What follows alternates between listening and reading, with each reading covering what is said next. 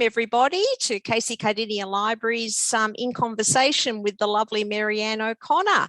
To begin, we acknowledge the traditional owners of our land and pay our respects to their elders, past, present and emerging.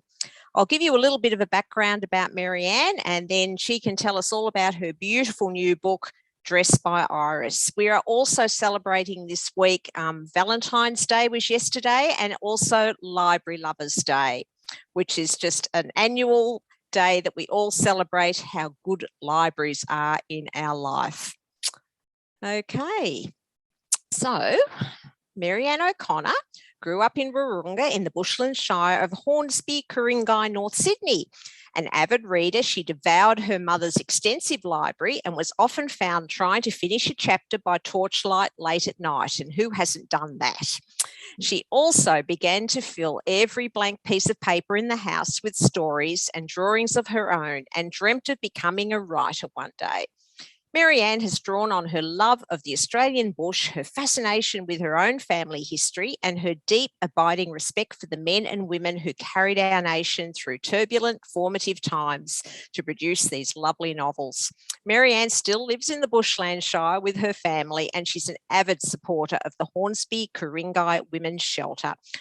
If you have any questions at all for Marianne, there will be an opportunity to ask them at the end of this event, or you can just pop them in the chat section and I'm happy to ask them on your behalf. Welcome to Casey Cardinia Libraries, Marianne, and thank you so much for joining us this evening for our special event.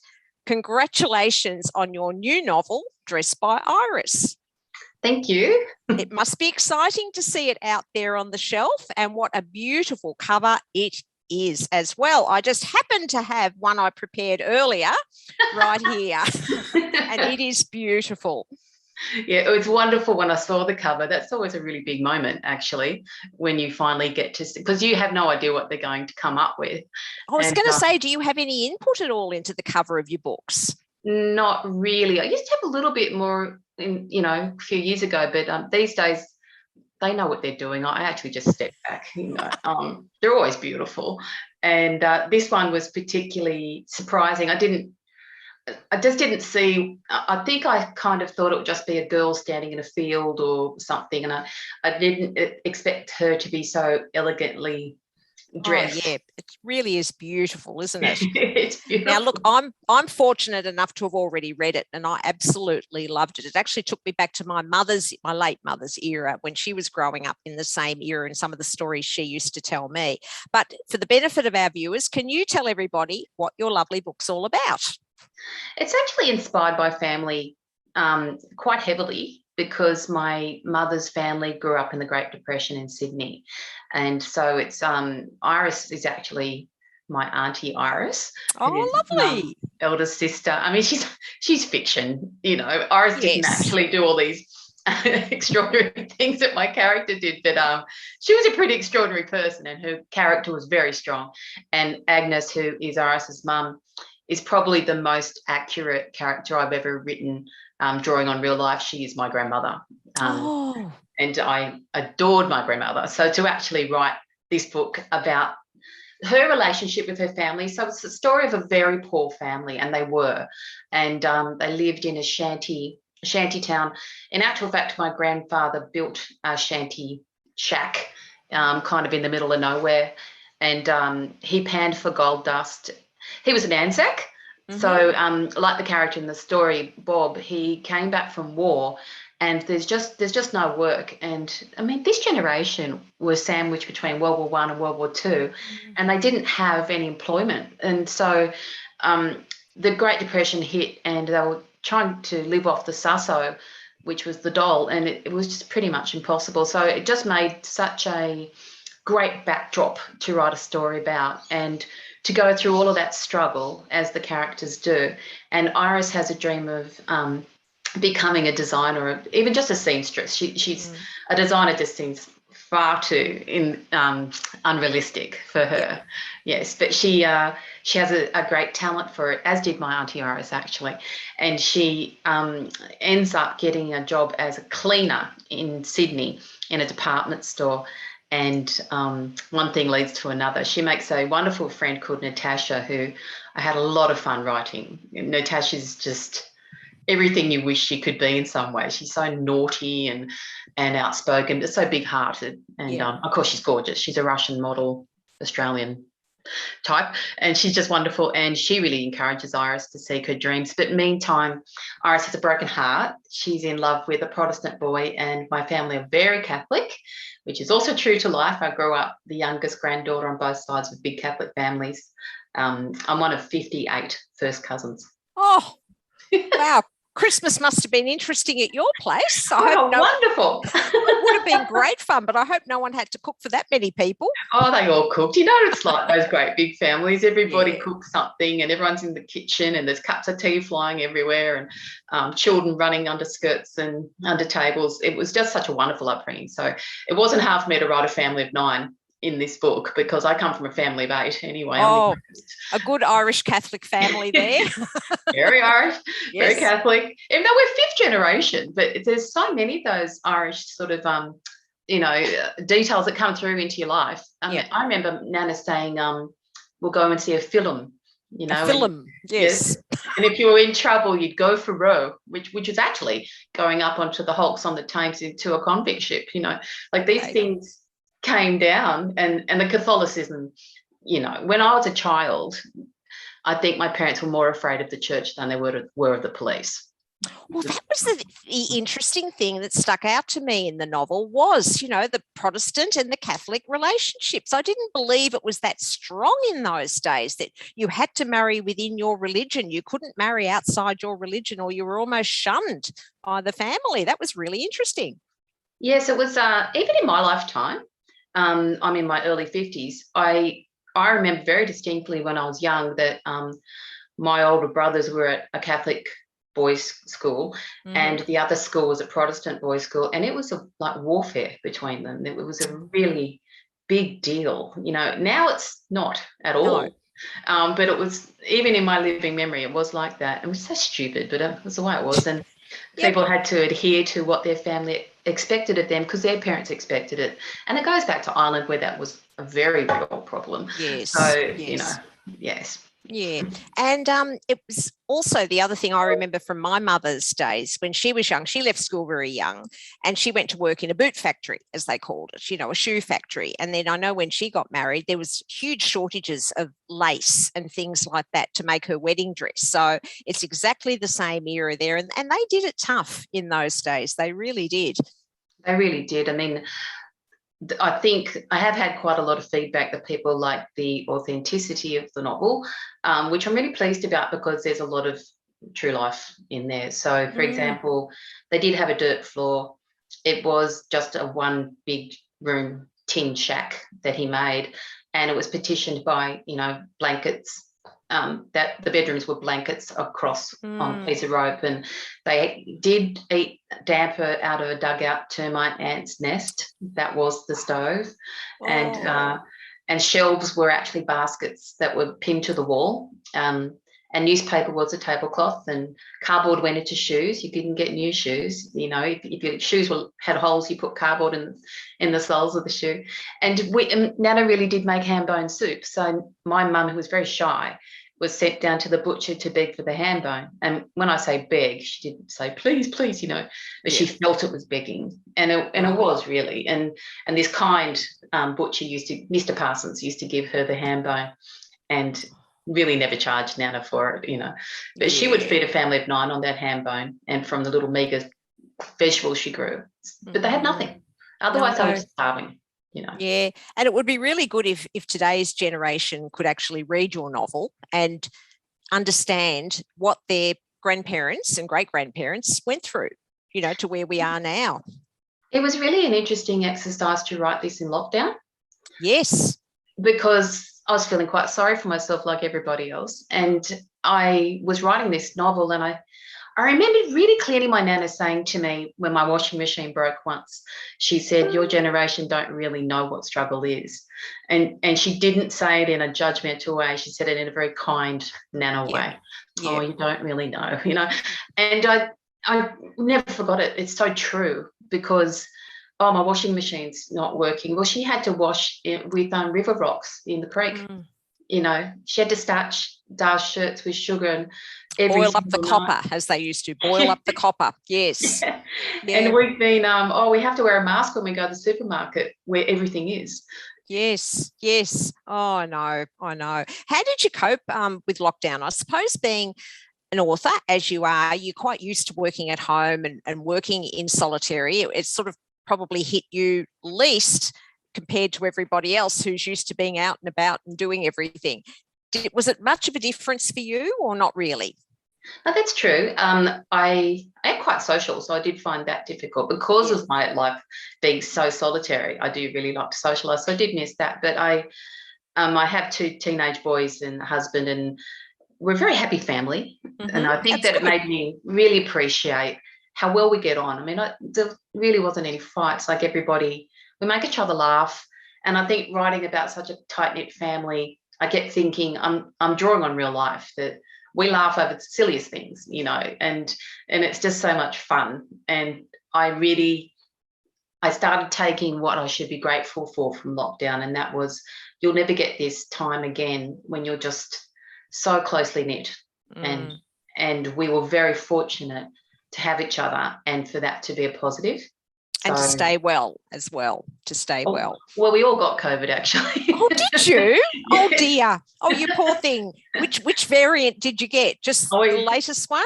We got it for Christmas and New Year. Okay. And Omicron. I was really quite sick, but I'm fine now. I've been triple vaccinated. I was fortunate, you know. But we all got that. That wasn't very nice, but aside from that, I just kept looking for the positives in it. I got a bit depressed sort of this last lockdown, sort of in January, when we'd all been sick and we were all in lockdown. You know, we're in close contact situations, had to be isolated, and I did get to a point where I was like, I'm really over this.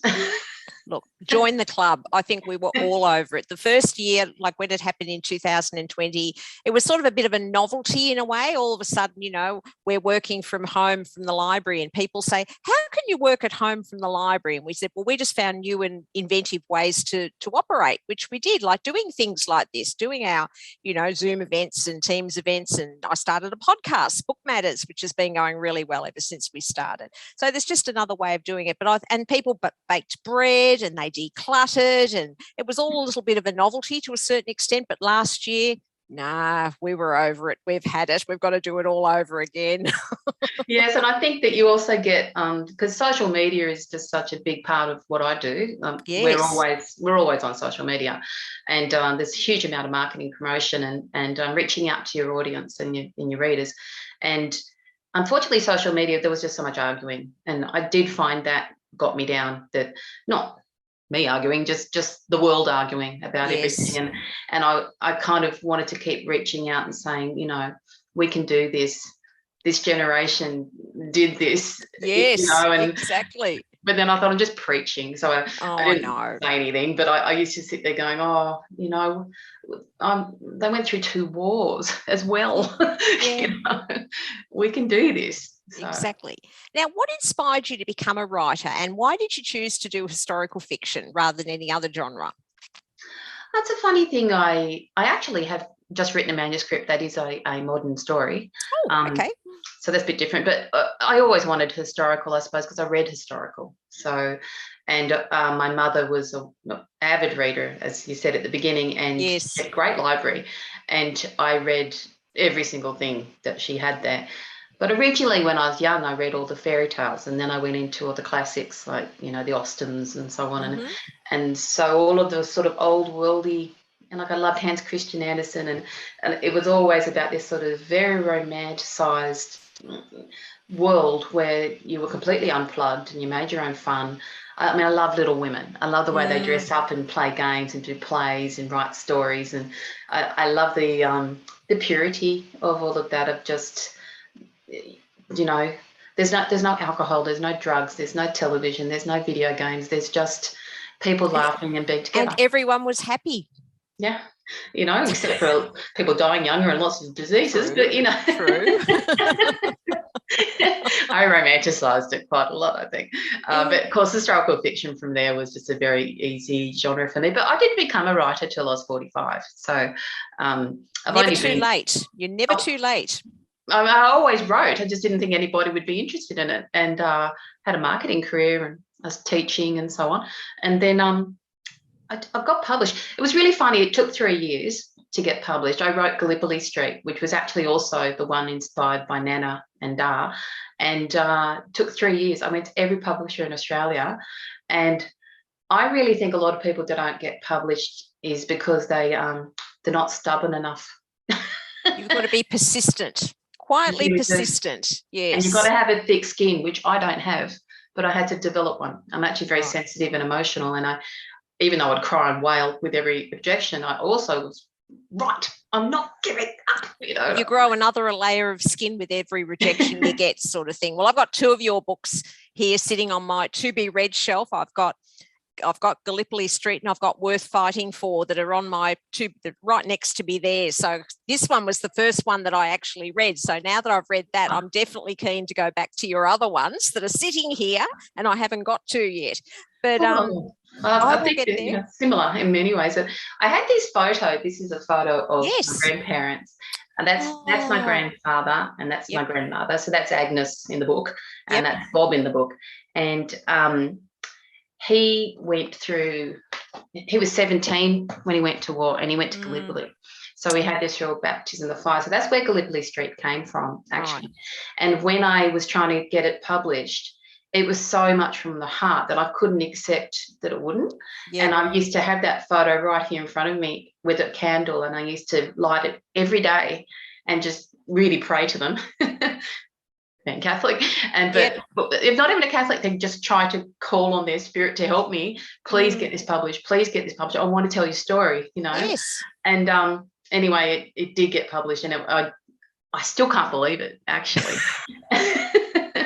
And now I've written 7 books, and I've got 2 more manuscripts, and it just keeps going. And it's only been 7 years and 9 books, and but that's great though. So you're writing a contemporary one at the moment. Is that right? That's the manuscript that you're doing at the moment? No, I wrote it last year. And okay. I've just put it over there. I actually wrote it for America, but now I'm having second thoughts. It's set in Manly. It's kind of a surfy story. Oh, yeah. And I thought they might like that because, you know, Bondi Rescue and all that sort of thing. But I don't know. We'll see. And you've got another historical one on the go? Yes. I'm just right towards the end of writing about the Australian soldiers in Crete. But the Australian character is actually German. So his father's incarcerated in Australia just for being German. They were refugees. So it's just this sort of, where does your loyalty lie? And of course, he falls in love with a Greek resistance fighter. So. Oh, God. And I wanted to ask you too, because there's actually, I could almost say there's almost 3 romantic threads in Dress by Iris, because there's mum and dad, you know, they're love-hate relationship sort of thing there at times. And then, of course, there's John and Iris, and then there's her brother and Natasha as well. So how important do you think it is to have romance in a novel? Well, I want it. So if you want it, probably other people do too. Well, I think that's what you do. You try to write the book that you want to read. Someone said that to me once, write the book you want to read. Yeah. And I thought, well, I always want to read something that has a romantic theme. I don't necessarily want to read just like a straight out romance. Mind you, I have read thousands of them. I do love them. Of course we do.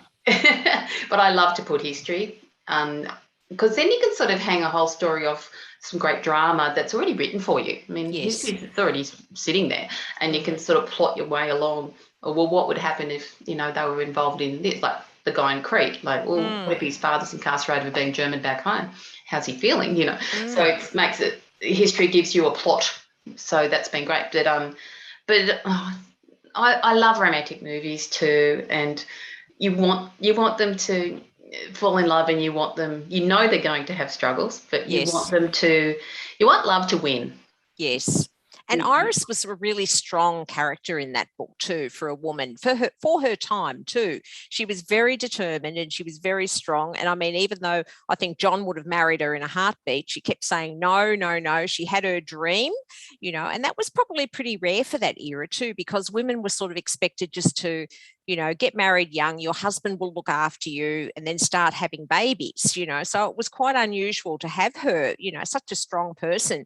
So obviously your aunt who was Irish, or my aunt? Yes, your aunt. Obviously she was a strong woman too. That's what you've based her on. She was. I mean, she didn't have the Irish Protestant complication in her life. Her complication, it was a very sad one, that she was a bit older than, you know, she actually was 17 in World War II and just married and pregnant, and her husband got killed. Oh. So he was so terrible. It was really sad. And so she found out on Valentine's Day. And it was right at the end of the war. He'd been 3 times, and he died. And he said to her, "I don't think I can survive it again." And he didn't. He got killed in Borneo, and it was so tragic for everybody. And anyway, she had the baby like, I think 2 months later or something. And that's my oldest cousin, who's wonderful. But Iris got married 10 years later, and had another 4 children. But she worked very, very hard, and she went and did everything she could to look after that little girl, and Nana helped her a lot. But she had to go out there and have a career, basically, which was waitressing and cleaning and working in anything a shop. She could get, really. And, anything she could get. But she had to have that fortitude, because back then don't really think you got much of a pension at all. And I was going to say there were no single mothers' pensions in those days or anything. Yes, I think there was. Well, it was introduced actually in the book, wasn't it? The Labor Lang, he did introduce something along those lines, but then it got kicked out again. You know, there wasn't much. Put it that way. But she was such a strong woman, and she was just like Nana. She was very cheerful. So they went through these terribly hard things, but I just remember them always being cheerful. And Iris only died a few years ago, and she lit a candle for her husband, her first husband, at the launch of Gallipoli Street, and it was just beautiful. And Mum lit a candle for Da, and we had Nana's photo, and we had like about 150 people, and they went up, and she's never acknowledged him publicly. You know, she didn't want to hurt the feelings of her second husband, I think, but she lit that candle, and she had cancer and she was dying, but she walked up those stairs to light that candle, 26 stairs or something, and she did it, and she was determined to do it. And so I think that you feel the determination of her and her spirit in Iris very much so. I would have loved for her to have known I was writing it, but I hope she does.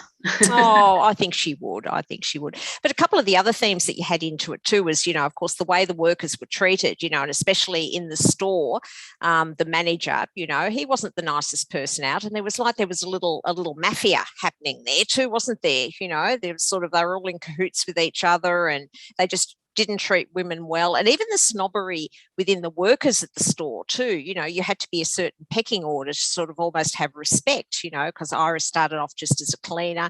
And I still remember reading that part with the woman on the, you know, the exclusive floor, the way she treated her. Yeah, it was really interesting. And some things haven't changed, unfortunately, have they? You know, it's been around for a long time.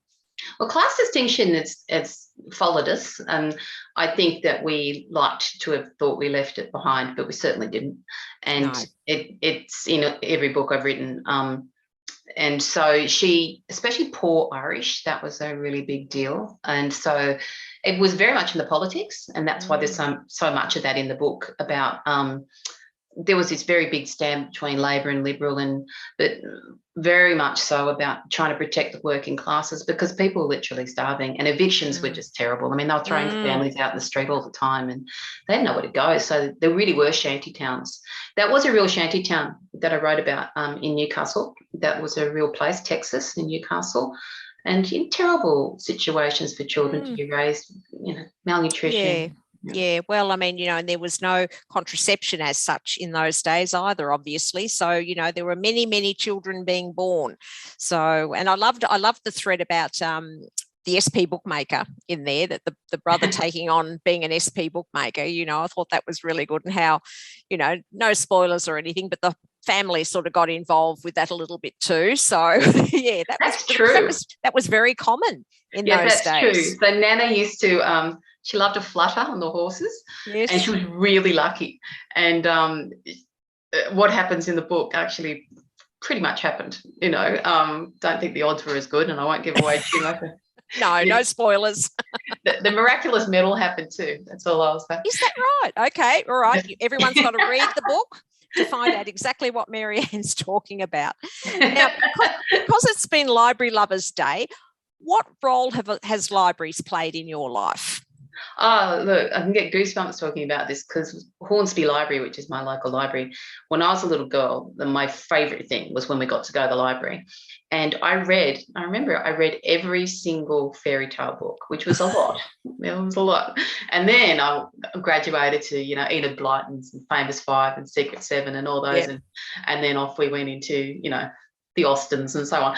But I just remember I would just go a beeline for fiction, and you wouldn't be able to drag me out there, and I'd take all these books home. And I loved it so much, whereas my brothers would go straight for non-fiction. Yes. So it was such a magical place, and I just love them. There's something about them that you walk in, and it's like you can hear all the words whispering, all the voices that people, and that your voice stays then, like in 100 years time or 200 years time, my voice is still going to be whispering in a library somewhere. And I think that it's wonderful that story is so important. It gets passed down. I mean, many cultures, Indigenous cultures, that's the only way it can get passed down, is story. And I think that library holds story. It's a very sacred place. And the best thing is, it's free. It's one of the only things left in life that is free, non-judgmental. Anybody can join a library. And, one of the best parts of my job is recommending books to people and having them come back and say, oh my God, that book you recommend, I just loved it. And that was one of the things that we did while we were locked down too, is we did home deliveries of books. We would mail out boxes of books to people, and we got some terrific feedback from our patrons. And we even had a lot of people actually join the library because we were offering this service. Wow. And to have people come in and say, I just discovered a whole lot of new authors I would never have picked up had I actually come in, because we had like 70% of our collection was out on loan at one stage because nothing could come back. Everything was being mailed out and nothing could come back while we had the chutes closed and all that. So, I mean, it gives you a really good feeling working for a library when someone comes back and does say, I really love that book you recommended. You think, that's it, my job is done. I've done it. That's great. So, that's really good to hear. And I mean, we're always here to support you guys too. I mean, we're just so looking forward to getting back to having real authors in person in the library after 2 years of having nobody except on a screen.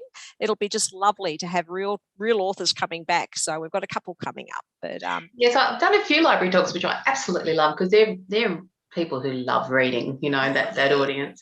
But I'm actually been invited to speak at the New South Wales State Library.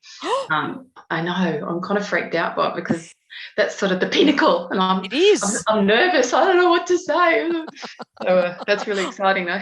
I'm sure you'll be fine. No it's worries. It's so intimidating. Imagine walking in there. You'll be right. I'm sure you'll be right. So what are you reading at the moment? Have you got some recommendations for our listeners and watchers here? Yes, I'm reading a book called Burnt Out by Victoria Brookman, and it's about the bushfires, which I live near the bush, so it's very frightening time for us. But she was in the middle of it in the mountains, and she's written this cracking book. It's a debut novel. Yep. I love it. And I'm halfway through. I'm going away this weekend to the Gold Coast, and I'm going to be lying by that pool, and I'm going to read it cover to cover. Well, second half cover. Yeah.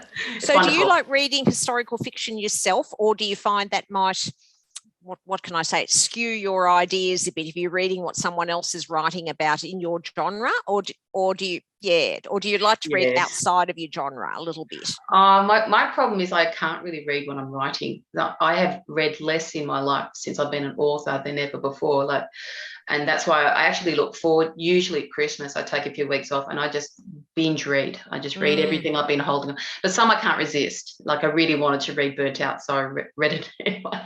But you're right about that. I'm a terrible mimic. And so don't read Darry Fraser when I'm writing, because we're a bit alike, I think. Mind you, I love her. She's a wonderful person, and she's got some really fantastic books. I really love Tricia Stringer as well. I think she hits the nail on the head. Love Rachel Johns. Who doesn't love Rachel Johns? Yep. I like Maeve Binchy, and I like humour in a novel. Yes. You want a bit of light. Yeah. Sometimes it depends what mood you're in. If you've just read something that's a bit heavy going, you think, I just want to read something light and fluff, not fluffy, but something I don't have to think about too much, that's going to give me a smile on my face by the time I've finished it. That's right. I remember reading the opening page of Craig Silvey's Jasper Jones, and I had complete author envy because the imagery was so hilarious, but so vivid. He was talking about this, it's the first page, but he was talking about this guy coming out of the window of his home, trying to get out without his parents knowing. And he said, I'm so gangly and uncoordinated at 14 that I was like a foal being born, coming out of this window with his sandals on his feet, it was the 60s. And I laughed so much at that page. I must have read it 3 times before I even read the rest of the book, which I love that book, Jasper Jones. Read Jasper Jones. But yes, I've read Jasper Jones. That's one I have read. I haven't seen the movie, though. No, me either. Yeah, sometimes you can sort of think, I'm a bit disappointed because I really love the book so much that I want to make sure that, is the movie going to spoil it, So I haven't actually watched that. But anyway. But sometimes I would have watched every single adaptation of Pride and Prejudice that ever existed, and probably Little Women as well. Yes, every single one, and Jane Eyre, any of those. But I did think that you can't go past Colin Firth being Mr. Darcy. Say no more. Never can be done. No. Now, if we've got any questions, if anybody wants to unmute themselves and ask Marianne questions, you are more than welcome. Or else, if you're a bit nervous about that, you can always pop it in the chat, and I'm happy to ask her the questions. So, speak now or forever hold your peace, as they say. Oh, they've all gone quiet. That's okay. Anyway, we have got, as I think we said, we've got a copy of Dress by Iris to give away. And to be in the running to win this copy, which is signed by Marianne too, which thank you for that very much, is you've just got to answer a question. And I was trying to think what sort of a question we could ask. And I thought something fairly simple, and something we've mentioned quite a few times during this talk is, what city is Dress by Iris set in? So we've mentioned that quite a few times. So I think that's a pretty easy question. Now, if you'd like to win this signed copy, you need to send an email, and Courtney's going to put the email address in the chat so that everybody can see it. But it's IANWAB, which is In a Nook with a Book, which is our adult Facebook group for adult readers. So it's the abbreviation of that, at cclc.vic.gov.au.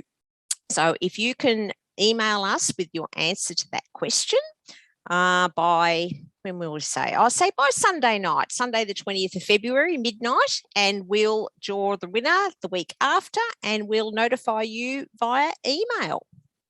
So I reckon that's good. And if I can add to my to be read pile over here anytime, my goal in life, I think I've got enough to see me out actually by the time I sort of look at the books I've got here. Plus, of course, I have a Kindle as well, which has got, that's a way of hiding how many books you've got, you see, because no one can physically see them.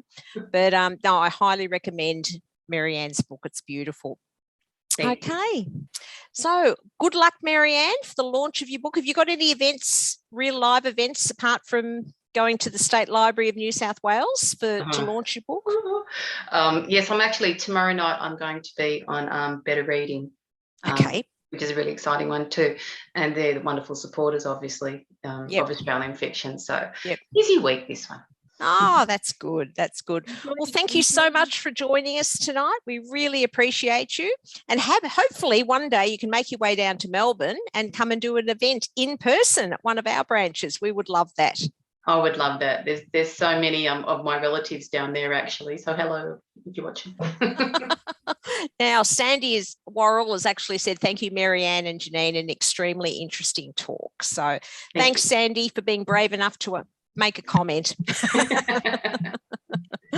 Okay, with no further ado, we'll finish it there. And thank you so much. All the best. And yeah, we'll look forward to seeing what comes from your pen next. Thank you very much. Thanks for having me. Okay, thanks. Bye.